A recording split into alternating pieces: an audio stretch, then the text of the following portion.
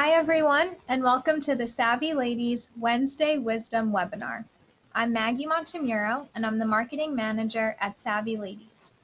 This is a quick reminder that if you have any questions during the webinar, you can type them into the chat box or email info@savvyladies.org. Today's presenter is Carrie Rattle, founder and CEO of Behavioral Sense. Carrie's passion is helping smart women professionals and entrepreneurs build money confidence by getting control of their cash and changing behaviors that subconsciously sabotage those efforts. As a North American money behavior specialist, Carrie's behavioral experience spans both individuals and business clients. Carrie is a veteran executive from financial services with banking, credit card, and brokerage experience in multiple countries. Thanks for joining us today, Carrie, and I'll hand it over to you. Thank you, Maggie. Welcome, all you savvy ladies. I know some of you may be in small businesses now, or you may be looking forward to setting up your own biz, and congratulations to all of you. I actually worked in Fortune 100 companies, but also small businesses, one of 300 people, which isn't quite so small, but also one of 40 people. And I now have my own business as well. So I'm excited to be speaking with you today. We're going to cover 7 money behaviors that any small business owner should either try to avoid entirely or try to manage as much as possible. So if you go to Forbes or Bloomberg or any other really reputable publication, they always have a list of the top 10 reasons that a business fails. And of course, that's not going to be your business or my business, but it's good to know the top reasons so we can avoid them. And 2 are so typical. They're almost in every single list. Not having enough of a cash cushion to start a business. And, really it takes about 3 years to truly get good traction in a business. So that's a lot of expense along the way. And secondarily, poor accounting or poor cash management, which is managing your inflow of revenue and your outflow of expenses in such a way that you don't run out of money as you go along toward profitability. So I'm going to start with our first money behavior that we want to try to avoid. And it's a pretty basic one, but I would be negligent if I didn't mention it. And it's called thinking small. You want to plan to be so successful that the world is going to hear about you. Think about it. Why not? So to do that, you need to protect yourself in some of the basics, right? So I'm sure most of you have thought of registering your company name and copywriting your material so that nobody can steal it, that it's yours because you work hard to actually build and deliver that material. You also want to ensure that you talk to an accountant about tax implications, such as where do you want to domicile your business if you're going to be across the country? Do you create an LLC or an S corporation? It's really good to figure that out early in the stages. And you know what? It may be a half an hour or an hour with a tax accountant to have a discussion like that. So it's not like you have to have a tax accountant on board full time. And of course, protecting yourself by owning your business name and your own name across web URLs, Twitter, etc. So let's talk about the second money behavior. Being penny wise and pound foolish. This is such an old term, but it still rings true today. And really what it's talking about is being a short-term thinker. And being penny wise means really good at saving. Pound foolish means skimping on investments today in your company that could dramatically affect your company later if you don't take care of them. So I mentioned before, it takes a good 3 years to get solid traction in your business. And we all have to manage cash flow. So there's always a bit of skimping and saving along the way. But here, I'm actually telling you sometimes you need to spend money, which sounds contrary, but I'll give you an example. I was at a legal seminar the other day. A young woman put up her hand and said, you know what? I can't afford a lawyer to cover my patent. I need to do it myself. Now, if you think about the worst scenario of not properly registering a patent, the worst scenario is that someone could copy it, steal it. And if this is what your business is all about, if this is what you truly offer that makes you special, if you don't register it properly today, you could have someone come along 3 years from now, create the very same product. They may have more marketing budget than you and blow you out of the water. So that would be penny wise by not hiring a lawyer today, and pound foolish. So that's something you always want to keep in the back of your mind and just look at, what do I spend today versus if I don't spend on that, how much is it going to cost me down the road? And if it's big and it's threatening and it's a risk to your business, don't be penny wise, spend the money. Number 3, not knowing your own money behaviors is a money behavior you want to avoid. So here's how it goes. You develop your money beliefs when you're about 5 to early teens. And you probably aren't even sure what some of your money beliefs are, frankly, because it's part of you. It's in your subconscious. Your money beliefs drive your money behaviors, and they develop money triggers for you. So if you're having a bad day and you need to go spend, it's this urge you get. Or if you've got a lot of money flowing out the door, you may get this urge to cramp down and save because you're reacting to something in your money beliefs. So I'm going to talk about a couple of scenarios here: a saver, a spender, and somebody who's maybe just a little sloppy with their money and how it can affect your business. So I am a saver, and you'd think that would be a really good thing. Only I'm the kind of saver who likes to park it in my account, and then I like to sit there and watch it grow. It's like sitting on my nest. When I have to let money flow through my fingers, it doesn't make me a particularly happy person. So when you think about that, I've got a business. I have to invest. I have to spend money on marketing, on PR, on employees. And so the way I counteract my own money beliefs and my own sort of frugal nature is that I have 4 advisors who advise me on my business. 2 are very senior women in the women financial services space, because that's the space I'm in.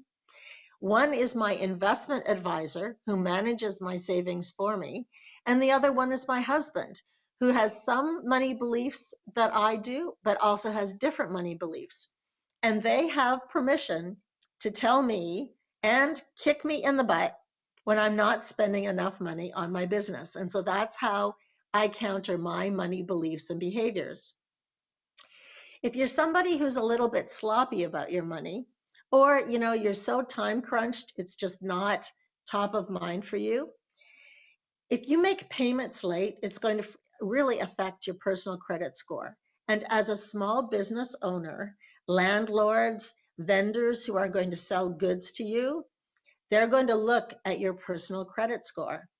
So if it's not as strong as can be, they may charge you extra. They may ask you to pay up front for goods that you're about to sell, which will really hurt your cash flow. If you're a spender and you like nice things, or you don't really keep track of your money, here's something to think about. Do you really need the state-of-art computer to get your business going, or what you have is good enough? Do you really need a nice desk? Sure, you're going to be CEO or founder or principal, and yes, you're going to be working really hard. But if you can afford secondhand furniture, now's the time to think about that. I'll give you a really good example. In the company of 40 people I worked in, the CEO had built and sold 2 other businesses. And he walked around with these slightly scuffed brown shoes all the time. It didn't matter what suit he was wearing or if he was wearing blue jeans. They may have been his lucky shoes, I'm not sure.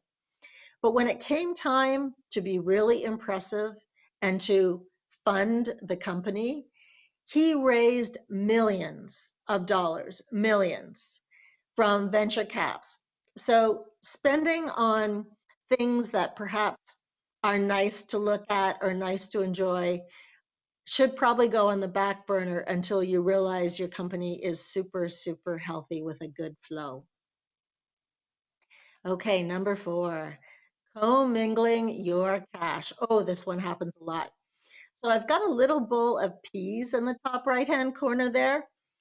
Commingling sort of reminds me of the type of child you encounter who has to have their peas separate from everything else on their plate. Their foods can't touch each other, right? You always run into somebody's child like that, and you have to chuckle because you know it ends up in your tummy anyway, all mushed together. But here I'm saying, don't let your peas touch your carrots. So keep your business revenue and expenses separate from your personal. I know you're probably going to get paid in cash by some client along the way.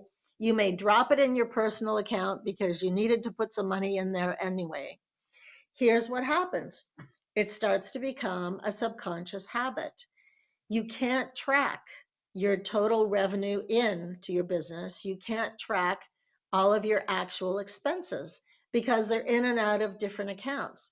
So picture this. Tax season is hard enough as it is. It's always stressful. And now you've got to rebuild all your revenue and expenses because you have money flowing in and out of 2 accounts. It's an absolute nightmare. Plus, you need to protect yourself. If you're putting equity into the business, so if you're putting expenses on your personal credit card, that's putting equity into your business, right? You want to be able to show directly what's going from you into your business. It's like having breadcrumbs. You need an audit trail to show how much equity you've put in the business. And when you take cash out in the form of a draw or a salary, you want to show that specifically because lenders in particular look for that. They want to see that you're actually taking a reasonable salary out of the company and that your company is profitable. Number 5, oh gosh, taxes. So taxes are one of the main reasons businesses fail. And this is not going to be you because I know you're going to follow through on what you should do here. Make your tax account sacred. So we're talking about 2 types of taxes here.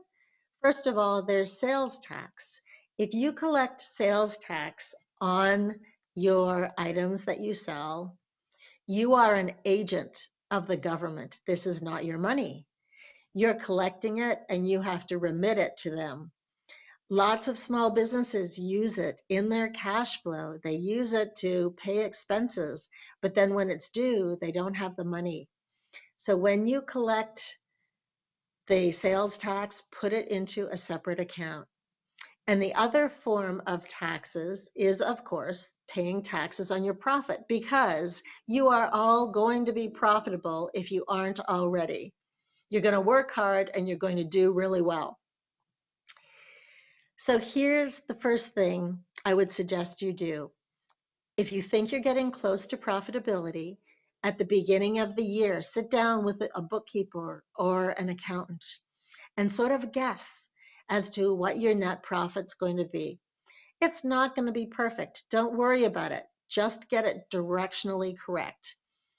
You can estimate what your taxes might be at the end of the year. Start putting a little bit of that aside each month. And I know cash flow is tight. I get it. But here's what happens. I've seen this thousands of times. If you think of your personal life, somebody will say, oh, yeah, I need to save, but I can't this month. I have too many expenses. And then they get to the next month and they say, I'm just too exhausted. I can't focus on this. Yes, I need to put money aside, but I'll get to it. And after 10 or 11 months, they still don't save.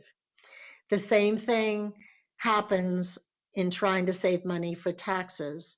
If you end up with a whopping tax bill when it's tax time and you don't have any cash to pay for it, then your business is suddenly in trouble. It's a difference between hope, which is, gee, I hope my tax bill's not going to be too high, but let me kind of plan for a fair amount of it as I go along through the year, versus wishful thinking, which is sort of saying, okay, I'm hoping something magic happens or I get a big sale because I have no money in the bank to cover my taxes. Number 6. This one I never would have guessed until I had experienced it with other women entrepreneurs. You don't understand how capable you are. We women are kind of underconfident a lot of the time when it comes to money, when it comes to setting up our businesses. So we're always searching for learning. We're always searching for something to make ourselves better, when in fact, quite often, we're pretty good just as we are. I've gone to a lot of networking events and I've heard about a lot of programs where you can park quite a chunk of money down and wow, that's a lot of your business cash flow, right? Right then and there. So yes, it's important to invest in yourself, but be ruthless about it. What do you need today? And just to give you an idea, if you're a small service business and nobody knows about you, you probably want to focus on marketing first, right? You don't have to worry so much about operations because it's just you. You don't have a staff, and you don't necessarily have to worry about closing the leads, which is part of the sales process, because you don't even have leads in the door. So if you have to manage your cash flow bit by bit, look at what do you really need just today and invest in that. It's the inverse of that would be if you're creating a product and you might want to worry about operations first, because if your product isn't great quality, then you're not going to get traction in marketing or sales. So that's number 6. Don't underestimate your abilities. A lot of you are so very capable. Know what you're good at, and then seek very specific tools that you can invest in along the way to help you build the gaps that you have. And number 7, the last one, worrying about cash after you've hit the wall. So you're rolling along and the wave hits the coast, bam. So the idea is that running out of money should never be a surprise. You should be able to think about 3 to 6 months ahead when you might run out of cash. And this is where we start to talk about cash projections. And I know, people's eyes glaze over, but don't worry. And I want to assure you that it's not as complicated as it sounds. And my second bullet point on this slide, I can tell you right now, the best CEO in the world can't project properly, nor can the CFO. They can put all sorts of fancy numbers down on a page. Here's what I think my revenue is going to be. Here's what we think our expenses are going to be. And then you know what? Life happens. So nobody is particularly expert at this. So the trick is to try to project when your cash flow is going to get really tight. Sit down with your bookkeeper or sit down with yourself and just put some numbers on the page for each month. How many leads do you have? Then just assume, gosh, out of my 10 leads I have right now, let's say 3 of them turn into clients. And when do you think those clients will start paying you or buy from you, whatever it is? And then put your expenses in. You'll be able to see with some idea of clarity when you're going to run into a cash crunch. And don't forget about what we refer to is periodic expenses. Periodic expenses are things that don't happen every month. In your real life, it might be renewing your license. It might be paying your taxes twice a year. In a company, it will vary as well. It might be legal expenses you've got for renewing some sort of patent protection or renewing a license or something. So if you can project, here's what starts to happen. It almost becomes magical. You end up with a roadmap. You end up sort of seeing, okay, wow, 5 months from now, life is going to be really tight. So what can I do today? What can I not invest in today that won't hurt my business too much so that I've got a little bit more cash later? It helps you just look at the lay of the land, and instead of rolling around in your head and getting anxious and poking and prodding yourself and figuring out how you're going to solve this, you can look at, here are all my expenses, which ones can I get creative about? Second of all, it's good to have cash projections, because if you do need to borrow, some of the lenders will want to see this. And in some instances, raising cash, it could be an angel investor you want to go to. It could be, a lender like an alternative online lender. It could be crowdfunding. Some of these things take time. So realizing, oh my gosh, next month I run out of cash is a little bit late. So if you can, and I know people's eyes glaze over, but once you start, this is so empowering. You have so much control over your money, and you see where your business is going. It's really, really helpful.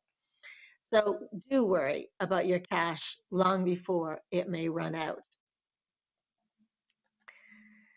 So that's it. I thank you for joining me today. I'd love to open it up to questions. If by chance you want to talk about cash flow, or want to start saving to start a business, or want to manage your expenses a little bit better, do feel free to call me. I love speaking with people. I also do offer a 5-hour intensive, which gets you started on a whole plan for your business or for your personal life. Because if you're drawing from your business and you're drawing so much, maybe you can tighten that just a bit without deprivation. I do not believe in deprivation in anyone's spending plan, but sometimes it's just managing our habits a little bit differently. So do feel free to visit me, join my website. And if you want to know your money behaviors, go to the tab on my website, My Money Behaviors. It's a 12-minute questionnaire, and you can get a pretty robust profile that will get you started. So with that, I'd love to hear from you. And if you have any questions, let's open the gates. Thank you, Carrie. We did have some questions come in, and just a reminder, you can type your question into the chat box or email info@savvyladies.org. And the first question is, what if I can't afford to legally register my company, copyright my material, or buy a website as I'm getting started? Should I wait to start my business until I can afford it, or get started and do everything once there's money coming in? Good question. Really good question. So legally registering your company and things like that are basics. You want to ensure you have a little bit of a cash cushion, because you might think that revenue is going to come in the first month or two. It almost always takes longer than you think it will. And sometimes you just have to wait for the stars to align, because you can't push things. So please do, yes, look at more of a cushion before you start. If you can't afford the basics, what you're going to find is as you grow, you're going to have to afford more and more things to help you go to the next level. You're going to need a cash cushion. Okay, thank you. And the next question is, I've never had one accountant prepare my personal taxes. I just use different tax prep companies. If I want to do the same for my business, would this be a big mistake? I really don't know anything about taxes. Okay, so join the club, right? Like, how many of us really understand taxes at the end of the day? Um, I know it's different for personal, but when you get into businesses, there are so many opportunities where you can take advantage of write-offs or certain expenses. And if you don't know what those are, it's really, really valuable just to get a proper um, tax accountant for yourself. Even let's say your business is growing somewhat slowly and a lot doesn't change over the first 2 years. Even if you get a tax accountant the first year and they can teach you what to watch out for, they can teach you how to look at your business. Um, I so highly recommend just even for the first year to help you learn. And then, my goodness, if your business takes off, and hey, let's cross our fingers, it might, right? It's amazing. Tax accountants are there for a reason. They're experts and they know a lot more than we do as business people. And frankly, you want to keep your eye on the prize, which is growing your business. So I would highly, highly recommend a tax accountant for your business just to discuss the first year, at least. Okay, great. Thanks. And the next question we had come in is, I know I can't afford to work with a large company for my financial needs like bookkeeping and tax help. I've had friends warn me about hiring an affordable solo practitioner because if something happens to him or her, I'll be in trouble. What are your thoughts on using solo practitioners or even virtual or robo advisors? Oh, so are we talking about investment advice here? Um, I'm not too sure, but I would say yes, and bookkeeping help as well. Okay, so let me split that into two parts. I and I do not give investment advice. I have run my own investment portfolio. I have worked in the brokerage business, but I have my own investment advisor. And robo advisors, from what I understand, there are some good choices out there, and basically they pool your money. So if you don't have a lot to put in and you want someone to grow it for you, which is very smart, by the way, because if it sits in your account in cash, as inflation increases, the value of what you can spend with that money decreases. So it's good. I recommend that, we all put our money into the market if we can, with caveats that you have to understand where you should be invested. So robo advisors have a place in life, but I'll tell you something else too. A lot of investment advisors out there, they pretend that they only take a client with $500,000 to invest, right?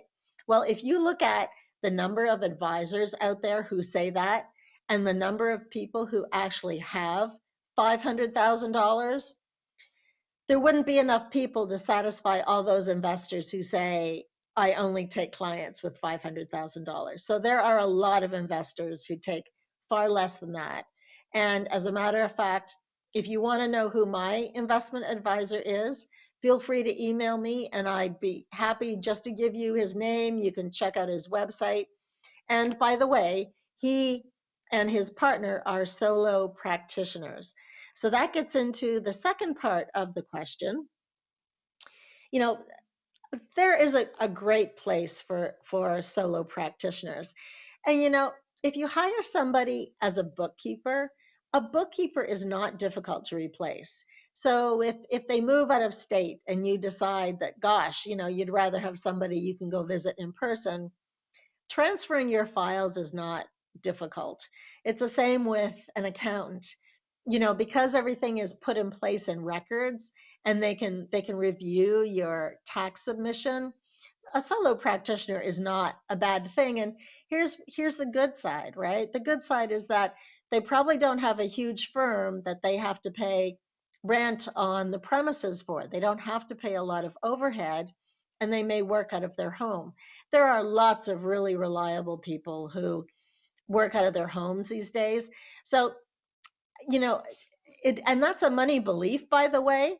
You assume if somebody is less expensive, they're less good.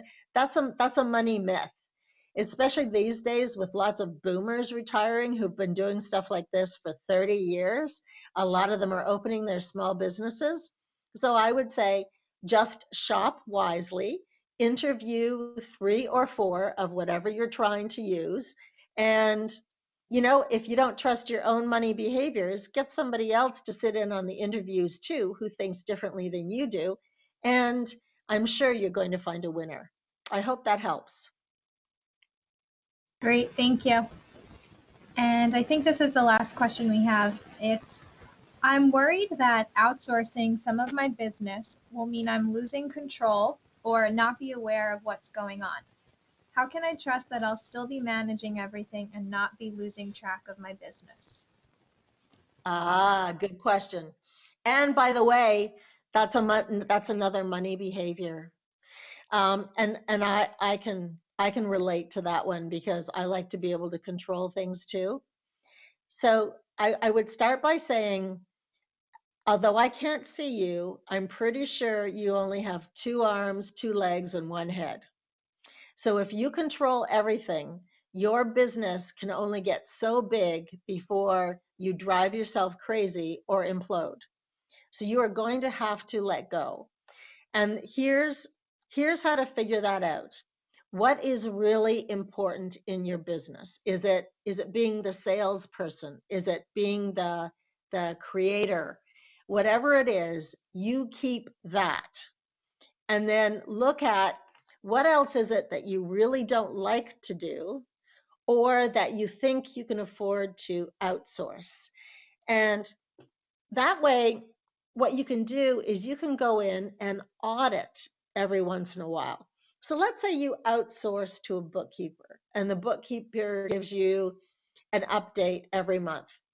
Walk into a bookkeeper as a surprise one day, see what their operation is like, see what they're doing. Sit down and say, hey, I need to see my numbers right now. You have the right to audit. If you outsource social media, take a peek every once in a while. Go in and look at your social media platform or go into LinkedIn and Tumblr and whatever else you're on and see what they're saying. Make sure they're doing a good job. So, whatever it is, you're going to need to let something go to let your business grow and just decide what it is based on what's most crucial for your business versus what is a little less crucial. I hope that helps. Yes. All right. Well, I want to thank you, Carrie, for a really great presentation. And I want to thank everyone who joined us today. We hope you'll be here again in the future. And thank you again so much, Carrie. It was really, really great. Thank you all, you savvy ladies. Thank you. Bye bye. Bye bye.